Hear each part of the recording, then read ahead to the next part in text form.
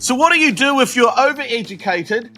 I was thinner then, I look good in a suit, and I didn't dribble. Like, it doesn't matter to me if I'm talking to a CEO, if I'm talking to an insurance agent, if I'm talking to my friends. This is how I present myself because I want to be authentically myself. And most of us are very bad at tailoring a message so it's received the right way. And as a result, we cause problems. Enough to become UK's most hated sales trainer. How did that come to be, where you went from, actually, I suck at sales, and then eventually you got good at sales? We can only act in a manner consistent with our beliefs and feelings. And so most salespeople are acting out in a sale a way they've been programmed to act and behave. The big mistakes to avoid as you're prospecting, what are they? So we buy emotionally, but we justify intellectually. Benjamin, officially welcome to the Wealth Juice podcast. We're excited to have you on the show. You came highly recommended to us, and you have a kind of a infamous background here, being UK's most hated sales trainer. So that was very intriguing for me, and I appreciate you taking the time to chat with us today. Corey, it's my pleasure to be here. I love talking to Americans. I love working with Americans. I've done a lot of work in America as well as the UK. So if I can touch the hearts and souls of more salespeople in America, then good stuff. Well, before you were the UK's most hated sales trainer, I mean, you grew up and you had a childhood, and you had to figure out how sales made an impact on you. I'm curious about, even before getting to be at the level that you're at, how you found out that sales was going to be this huge aspect of your life. So just tell us your origin story, if you will. Okay, so we're like 95% of people in sales. I had better plans for my life. I didn't want to be a salesman. Nobody grows up wanting to be in sales. Okay, there's an exception. There's like 1 in every million people said, I always wanted to be a salesman. But 95% of people in sales are there by default, not by design. It's just something that happens to you. So my background is I actually trained as a lawyer. I qualified as a lawyer. So I've been admitted to the bar in New Zealand. So New Zealand's where I'm from.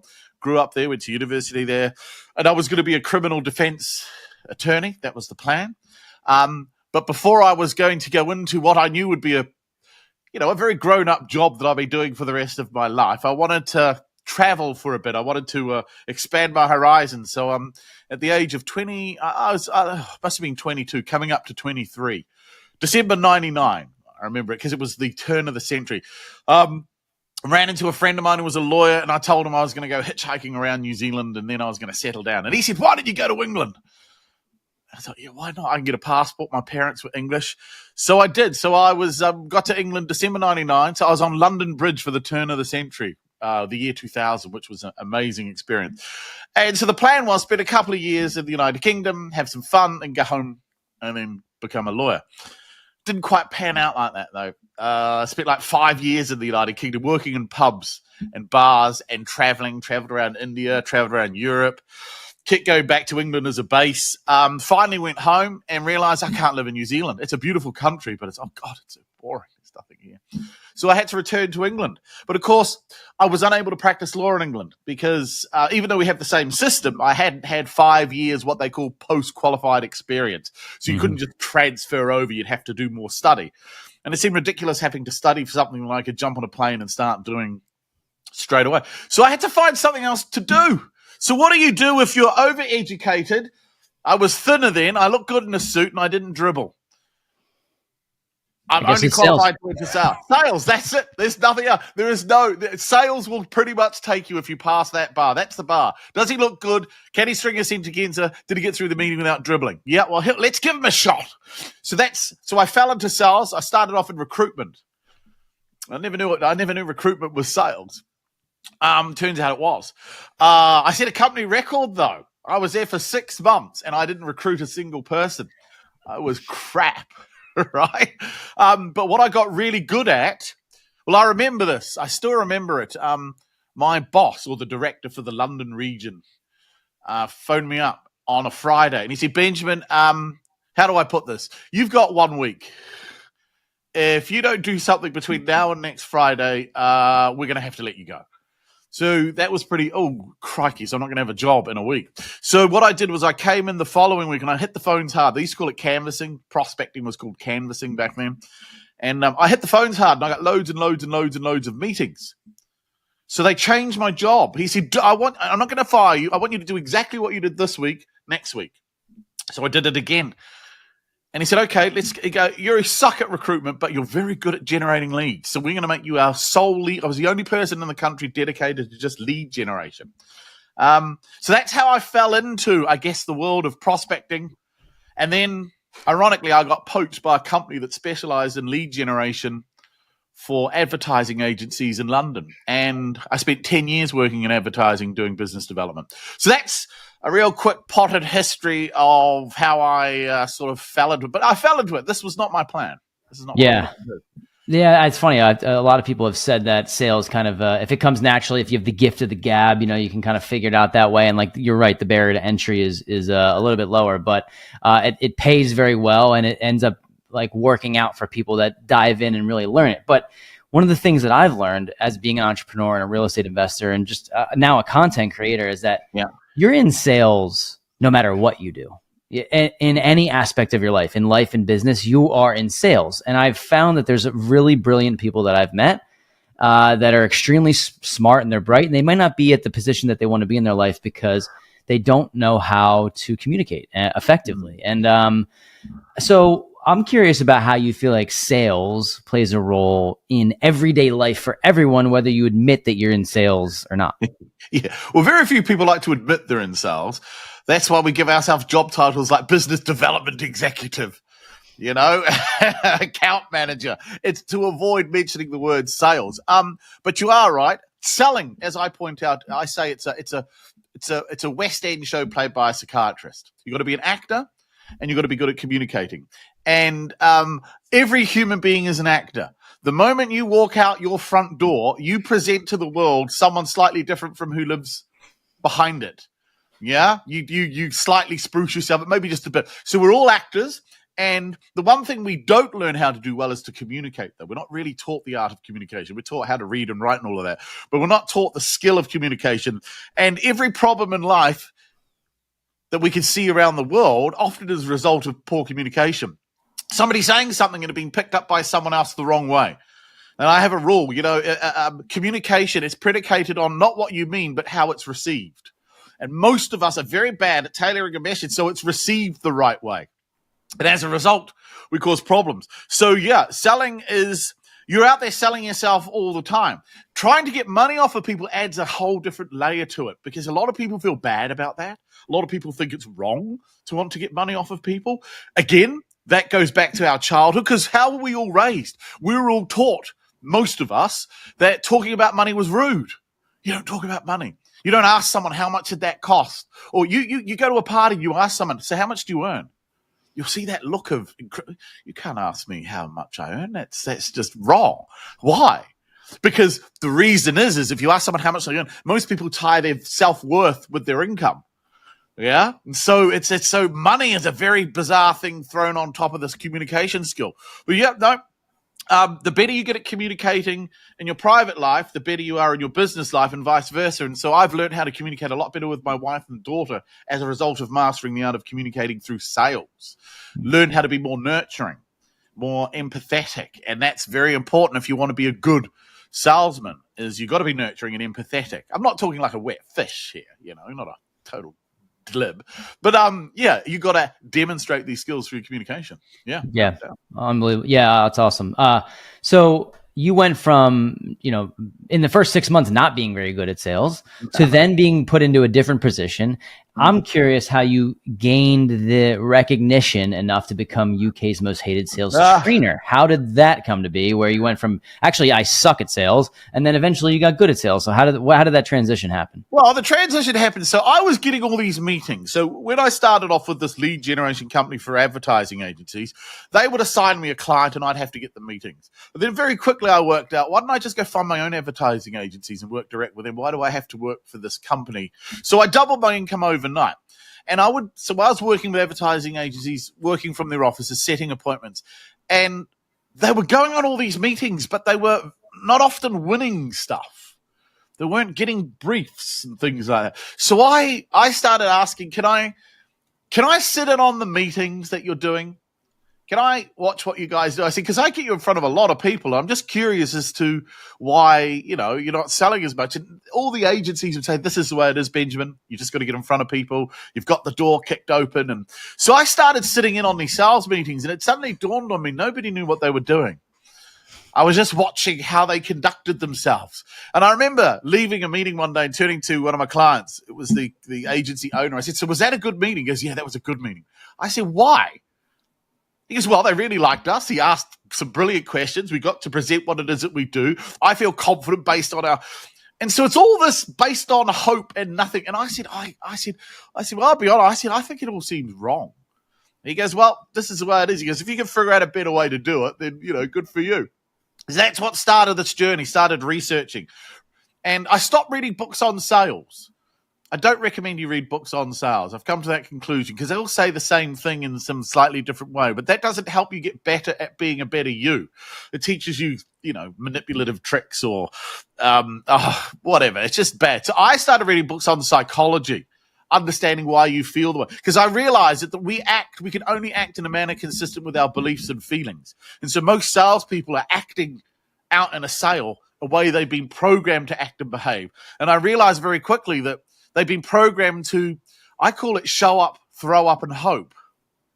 You show up, you throw up all over the prospect with your presentation or your creds presentation or your PowerPoint. You answer all their questions. And then you hope that you've done enough that they send you something and say, we really like meeting with you. And so I decided to embark on a journey of figuring out how to make it work. And I was introduced to a sales trainer who introduced me to a lot of psychology. So this was all psychologically based. And I started to understand it. I started to go out practice things. I started trialing new things. And I started to get really successful. And then I suppose, how did I become the UK's most hated sales trainer? So I went on LinkedIn back in 2016. And this is a very crowded marketplace. Sales trainers are a dime a dozen. Most of them are crap. I'm not going to lie to you. I can say that as a sales trainer. Most sales trainers are rubbish. And I thought, how do I distinguish myself? And one of the things I teach, because I'm very big on this, is you don't have to be liked to sell. That is a lie. That is a lie that is constantly told to you by crap sales. It's all about relationships. You hear that phrase all the time. It's about relationships. It's not about relationships. You have never had a relationship with a salesman the first time you bought something from them. You may have one when you become an ongoing customer, but your house, your car, your grocery. How many of you have a relationship with your supermarket? No, you go in there and you buy stuff. So most things, you do not need a relationship to sell. So there's this desire to be liked, to be loved, to be appreciated. I realized this is a huge flaw in humans and particularly in salespeople.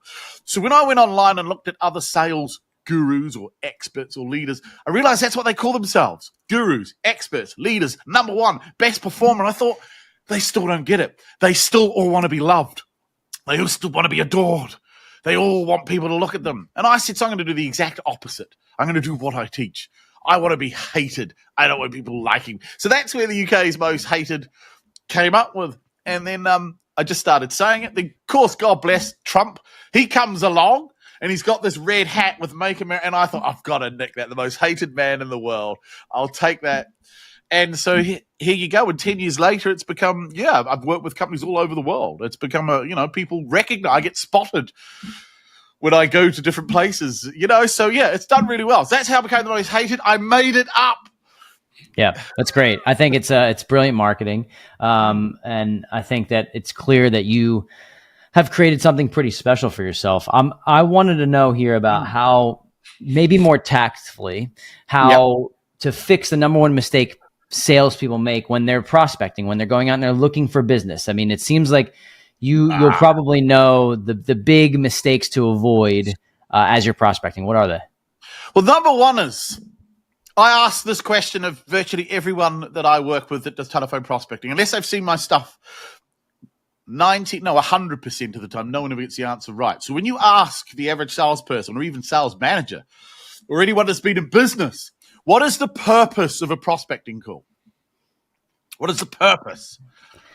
If you're asking me, I would say the purpose of a prospecting call is to showcase your product. Yeah. To see if you can help them. Yeah, so that's pretty much the standard response. Yeah, it's pretty bad, right? Because that's not the purpose. That's a potential outcome. There's a difference between outcomes and purpose. So the purpose, what are we trying to do to this human being? Because we're talking to human beings. We're not talking to companies. Companies are a legal fiction. You're talking to a human. So what are you trying to do to the other human on the other end of the line in a short period of time? What's the purpose? Why am I there? And so people say that. Some say to get a meeting, to find pain, to find need, to showcase. Those are all outcomes potentially. So why are we there? So why we're there is this. It goes back to another question before that. How does a human being buy anything? What's the process we go through as a human to buy something? Do you know? Are you asking me? Yeah, I'm asking you.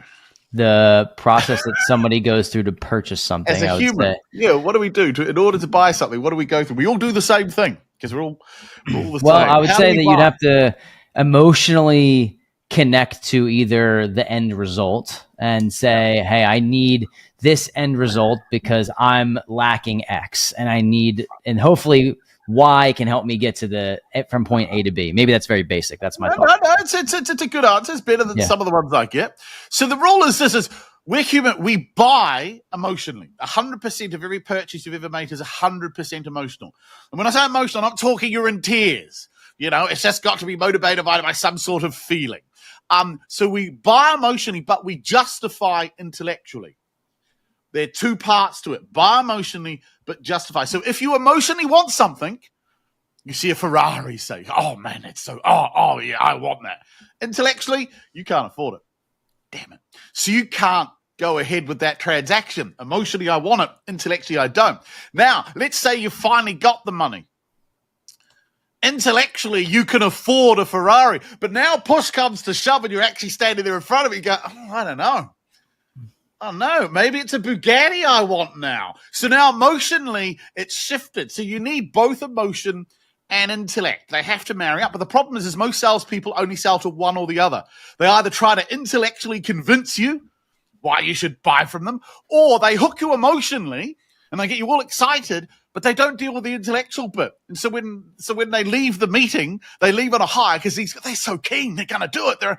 But when you left intellectually, they went through a series of questions and suddenly thought, hold up, there's no intellectual reason to do this. Emotionally, it made sense in the moment, but now I'm thinking about it. I don't want to buy this stuff. So where was I going with this? I've lost my train of thought. The purpose of prospecting. Right, so the purpose of prospecting is this. My job is to try and get that human being emotional about whatever it is that I fix. That's the purpose. So if you don't frame your conversation to get someone emotional, you are phoning up and literally it's a numbers game, hoping that you can intellectually convince someone they should meet with you. Now, you can intellectually convince people to meet with you. That happens all the time. Most salespeople do. But this is when you get the high dropout rates. The number of people you see, we booked 52 meetings this month. I'm not interested in how many you booked. How many actually took place? Because what happens is you intellectually or emotionally overwhelm someone to meet with you. And when they hang up, they kind of, bollocks to that. I'm not going to meet. Or they see you in the diary and they think, that was that sales. Oh, yeah, no, I didn't want to do that anyway. So the purpose of a prospecting call is to get someone emotional. And if you don't know that, you don't structure your conversation to get them there. So that's the number one thing that they get wrong is they don't even know why they're doing it. They're just told, pick up the phone, vomit on them, tell them how great we are, and see if we can get in front of them for a few minutes, yeah? So that's the number one thing. The other one is to say self-sabotage. And by self-sabotage, what I mean is this. If you were to give salespeople two lists, one says president, CEO, the other says head of or senior manager, most, not all, but most will pick the list that's got the lower job title. That's why. Because most people phone at a level they're comfortable with. Most people see the word CEO or president and they hear their mum whisper in their ear, what are you going to say to him when you get through? You're just a sales executive. Why don't you phone the janitor? At least he's on your level. So they always phone too low. Yeah. And what tends to happen, and I know this, the average salesperson, when they are prospecting, because they're going through the motions a lot of the time. Maybe they're being measured on things that look good, like dials. So they're making 60 dials because they need to hit a 60 dial KPI. But while it's happening, deep down they're saying, please don't answer. Please don't answer. I've been there. Yeah. You're like, please. And then they suddenly answer, and they're like a deer in the headlights. And then this verbal diarrhea projects from their mouth, right? And it goes badly, and that sucked. Yeah, and then but they just keep doing it, and they just want to hit their 60 dials, because that's what they're measured on, sort of thing. So they self-sabotage, and they never see themselves as their prospects equal. This is also fundamental. So I know when I prospect, what's going through my mind is simply this. I'll use cuss language because I'm quite blunt. This fucking prick had better answer, because if he does, this is probably the best call he's going to take all week. Because if he has the problems I fix, he should be grateful that I've given up my time to call him. So my mindset is, I'm not an interruption. I'm not a distraction. I am doing this guy a favor. All right. So when I get through to him, we are equal. He's not better than me. He's not my superior. And I can hold myself like that. That's part of the acting. I'm not a grumpy, miserable, gnarly CEO. But I can be one for a few minutes to get past the gatekeeper. And I can sound like a confident CEO because I'm confident in what I do. So I'd say those, if I was to list 3 things, would be those. They self-sabotage. They don't know why they're doing it really. And they see their prospect as better than them. And so they don't go in as an equal. And that's killer for prospecting. 100%. I love that answer. So why do you think most salespeople or, account exec, whatever you want to call it, why do you think most people that are in sales fear rejection? Is that a defense mechanism that humans are designed with that you can actively work on overcoming? Or what do you think the best way to overcome the fear of rejection really is? Because I think a lot of people start out that way until they realize they build confidence and they get better. Again, so I became aware of this. So this goes back to how you design your conversation. So if you're phoning up companies, introducing yourself, hi, it's Benjamin from ABC Company, how are you today? Yeah, what we do is we help companies, and you start vomiting them about you and what you do and how you do it. And then people keep saying, sod off, I'm not interested, fuck off, leave me alone, how'd you get my number? Because you're phoning up talking about you and what your company does, you've made it personal. You set yourself up to be rejected. So my calls are structured in a way that I'm never talking about me. I never introduce myself on a phone call. Very rarely do I have to give my name because I use a pattern interrupt. Corey, look, you're going to hate me. This is a cold call. So do you want to hang up now? Let me have 30 seconds. Most people go, you're going to have 30 seconds. They don't go, who are you? Occasionally they do, but this sort of open a challenge. And then I structure my pitch in a way where I talk about what I fix, not what I do, not why I do it, not how I do it. These are the top 3 things that people I work with typically tell me they have. But I get the feeling you're going to tell me you don't recognize any of them. Now, all I can say is, no, I don't recognize them, or yeah, I can relate to some of them. I'm never personally involved in this. And this is the problem. They phone up and they talk about themselves. And so you are setting yourself up to be... If they reject my pitch, they're rejecting the things I fix. I don't recognize those problems. Good for you. Yeah, how could I get upset if you don't recognize the problems I fix? No, I could make out maybe you're lying to me. I don't care. You just said I don't recognize these 3 things. Fine.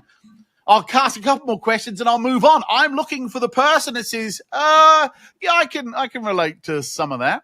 And then I go through a series of questions to move them from intellect to emotion. I never talk about me. And when I teach people how to make phone calls, they don't believe me till it happens. It's not until I normally get someone to agree to a meeting that for the first time they suddenly say, I'm sorry, I didn't catch your name. And this is what I say to people. When you get that happen to you for the first time, you will realize that you have just spent about 6 minutes talking to a human being who's answered your questions, and not once did they know who you are. For the first time, you've realized you're the most unimportant person in this process. Nobody gives a toss about you. So you can't be rejected if you start realizing I am unimportant in this. It is not about me. And this is it, ego and pride. Salespeople love to take the glory for winning a sale. So this is all about their ego. I got it over the line. I have no emotional attachment to the outcome. I don't care if someone buys from me. Yeah, I want them to. I'd like them to, but I don't need them to. I make enough money. I never need a sale, but I'd like all of them, but I don't need any of them. So if you want to avoid rejection, Stop putting yourself out there and talking about you and what you do and why you do it and how you help people. Talk about what you fix and then get them to emotionally say, maybe you're right. Maybe we should look further at this. That's it. That's how you do it. You've got to communicate better. Stop putting your cojones out there and having people slap them. It makes perfect sense. I mean, if you can't be offended by something, if you're not emotionally attached to it yourself, and if you're not emotionally attached to their problems, then you shouldn't worry if they say no. Worry. Yeah, it's like being a lawyer. A lawyer's job is to go in and his client is a child killer. No one likes child killers, but a lawyer will go in there and try and argue that this is a momentary glitch. He's an honorable man. And he'll do his best to argue.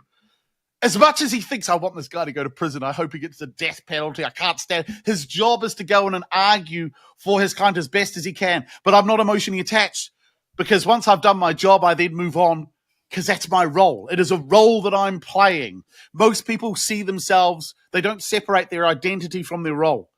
And my role is, this is why I have a uniform. I created a uniform. So this is my uniform. So this goes out into the world and this takes all the beating. But when I come home, I get to take it all off. So how was your day? I had a shit day as a salesman, but underneath I'm fine. I have no emotional attachment to what happens to that guy, right? Learning how to do that is very important. I think that's awesome to remove yourself and playing the role. My question is that, so I have a certain look to me. I wear a hat, I wear a t-shirt. I'm very casual. I do this. Doesn't matter to me. Maybe you can tell me if I'm doing something wrong. I'd love to talk to you about this. Like, it doesn't matter to me if I'm talking to a CEO, if I'm talking to an insurance agent, if I'm talking to my friends. This is how I present myself because I want to be authentically myself. And I notice that you're wearing the red hat. I think you're wearing overalls. I can't quite tell. No, they're just braces or suspenders. I think they're South America. Okay, suspenders. So, but you have a certain, and I've seen you before. You're wearing something similar before. So, my question is: should you, as a salesperson, mimic or be a chameleon in a space, or do you say, "Hey, no, you need to be yourself," or is being yourself actually the wrong way to do things? Right. So it is interesting. This one.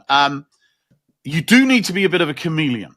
And the reason I say that is there's a phrase that gets bandied around that's always wrongly quoted. It's people by people.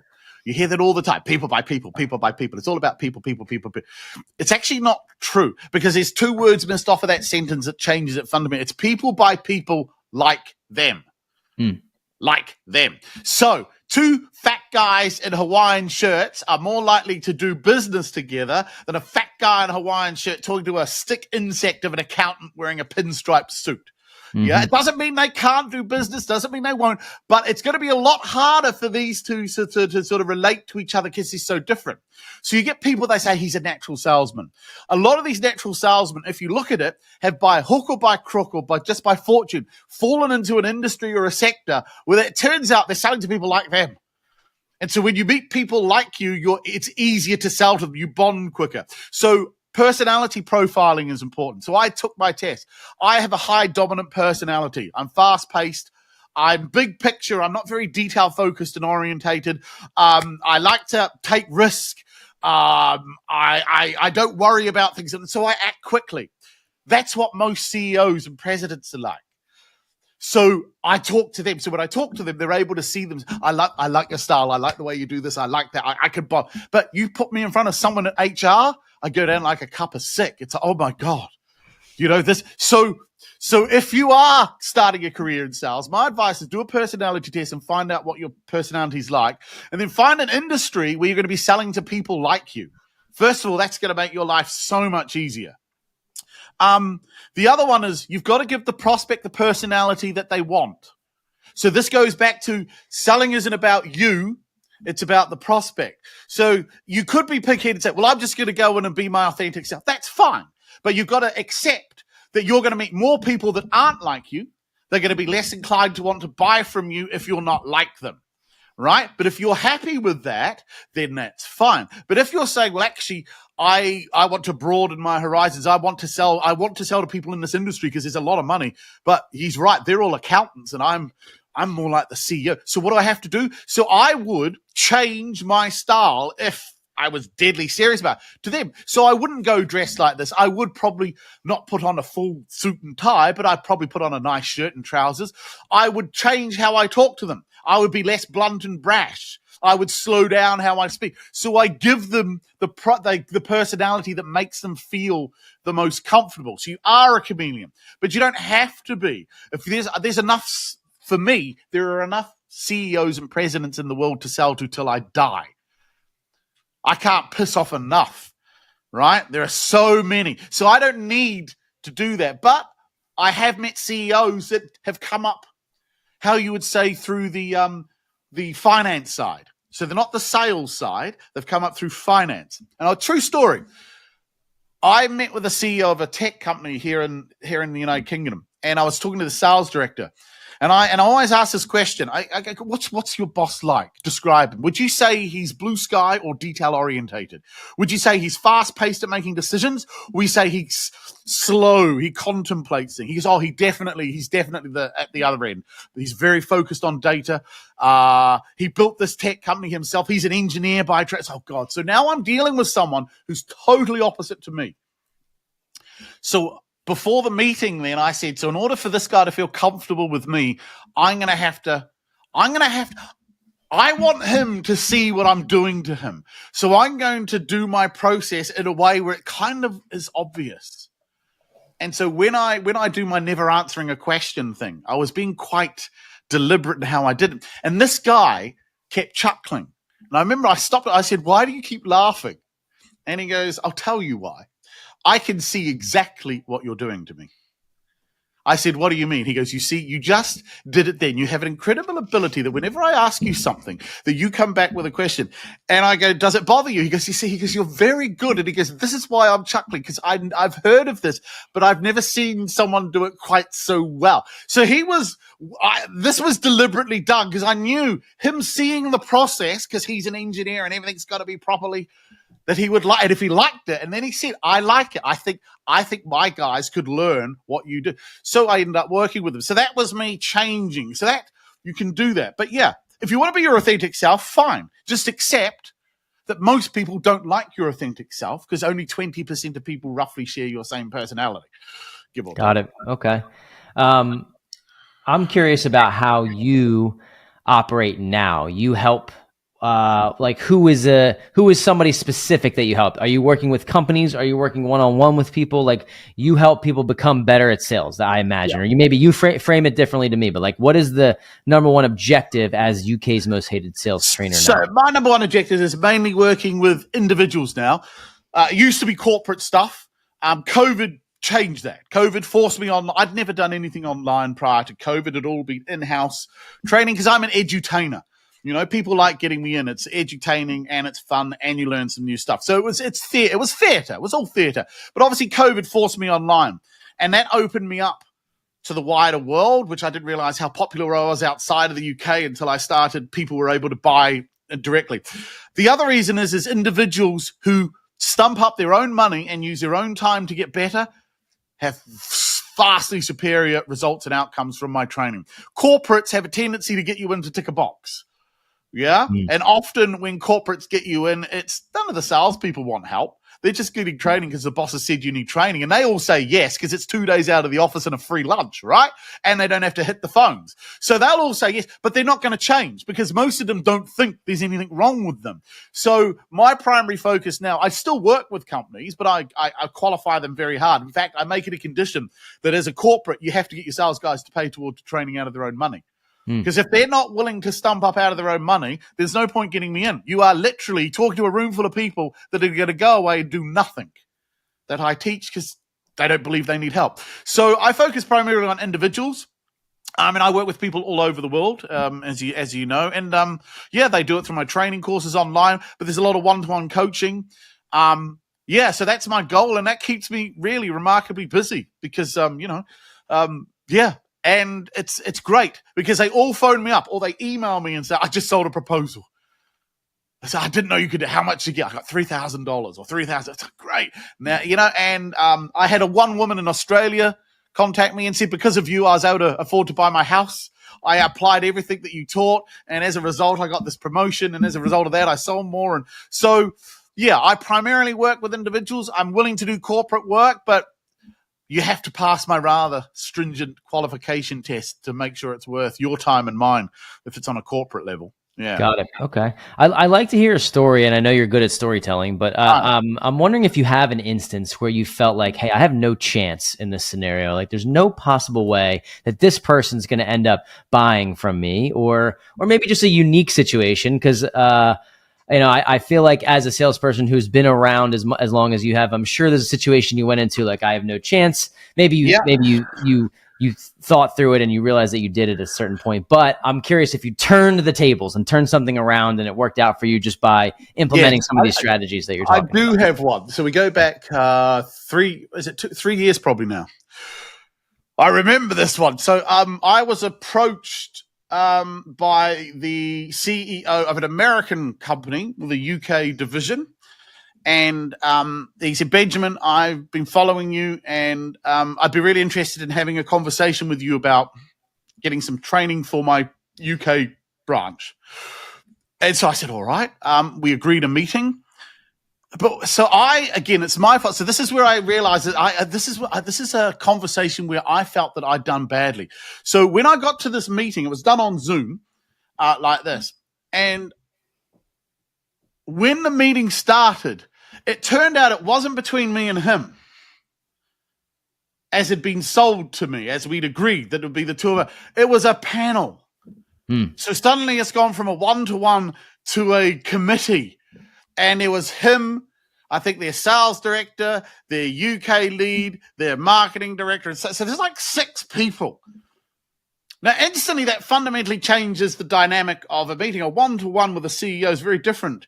So that threw me off guard, and I was annoyed at myself. It's why did I not clarify this before I came? And so part of me was thinking, you've already fucked up, Benjamin, because now you're selling to a committee. And so we're going through, I think, now, there are certain things I do that had I known I was meeting a committee, I would have done things slightly different in preparation for this. So I was kind of caught off the hoof. So anyway, we conduct this meeting.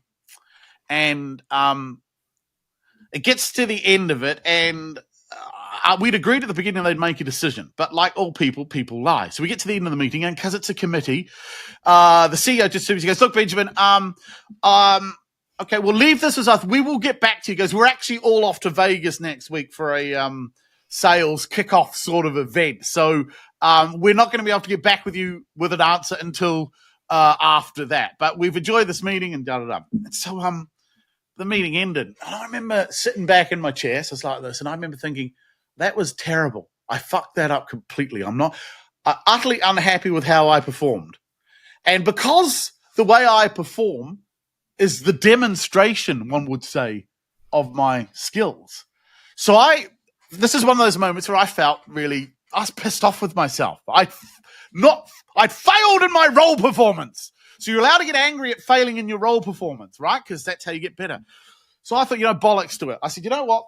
I'm not gonna let it. I'm gonna get out ahead of this. And I thought the only way to get out ahead of this now is I'm gonna tell them no. I'm gonna walk. So what I did was I wrote the CEO this email and said, hey, Rich, whatever his name was, really appreciate your conversation. It was great meeting you. And said, look, I'm gonna be honest. On reflection and having had a chance to review how the meeting went, the answers you gave me and how I conducted myself, I don't believe or feel I'm right from you.